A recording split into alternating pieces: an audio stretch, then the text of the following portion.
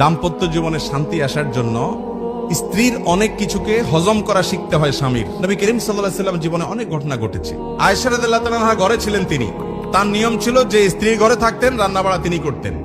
অন্য স্ত্রী এক বাটি খাবার দিয়ে একটা কাজের মেয়েকে পাঠাইছেন, খাদ্দামাকে কৃতদাসীকে পাঠিয়েছেন এক বাটি খাবার দিয়ে, তরকারি দিয়ে ধরেন। তো ভালো বুড়া রান্না করেছেন, রসুলের জন্য পাঠাইছেন। আয়েশা রাদিয়াল্লাহু তাআলা আনহা দরজা খুলে দেখলেন যে কাজের মেয়ে তরকারি নিয়ে আসছে আরেক স্ত্রীর ঘর থেকে। এই টাইমে যে কোনো মানুষই, যে কোনো মহিলারই মাথা গরম হওয়ার কথা। আমার বাসায় আজকে উনি থাকবে, আমি যা খাওয়াবো, তুমি আবার ওখান থেকে এক বাটি দিয়ে ভালো হওয়ার চেষ্টা করতেছ। উনি বাটিটা ধরে ছুঁড়ে ফেলে দিলেন, ছুঁড়ে ফেলে দিলেন। বাটির সব তরকারি তো গেছে গেছে, বাটিও দুই টুকরা হয়ে গেছে, কাঁচার বাটি ছিল।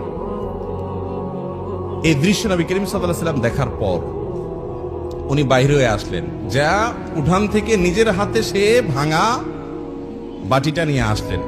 আনার পর একই শেপের একই ধরনের আরেকটা বাটি এই ঘরেও ছিল, আসলে তার ঘরে ওই খালি বাটিটা নিয়ে কাজের মেয়ের হাতে দিয়ে বললেন, এটা নিয়ে ওই বাসায় চলে যাও এবং খবরদার মুখে তালা, এখানে কি ঘটেছে এর কোনো কথা বলা যাবে না, শুধু বাটিটা সেখানে ফেরত দিবা।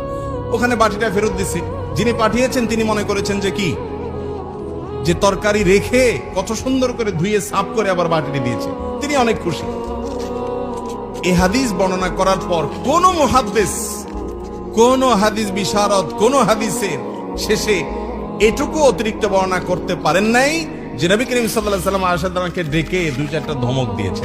আপনি আমি যদি হইতাম এই জায়গায়, আর কিছু না হোক বোর দিকে তাকায়া অন্তত বিরক্তির সুরে এটুকু তো বলতাম যে এটা কাজ করলা, তুমি বাটিটা ভেঙে ফেললা, তুমি তরকারি না নিতে বাটিটা ভেঙে ফেললা। নবী করিম সাল্লাল্লাহু আলাইহি ওয়াসাল্লাম একটি কথাও বলেছেন বলে কোনো বর্ণনায় পাওয়া যায় না।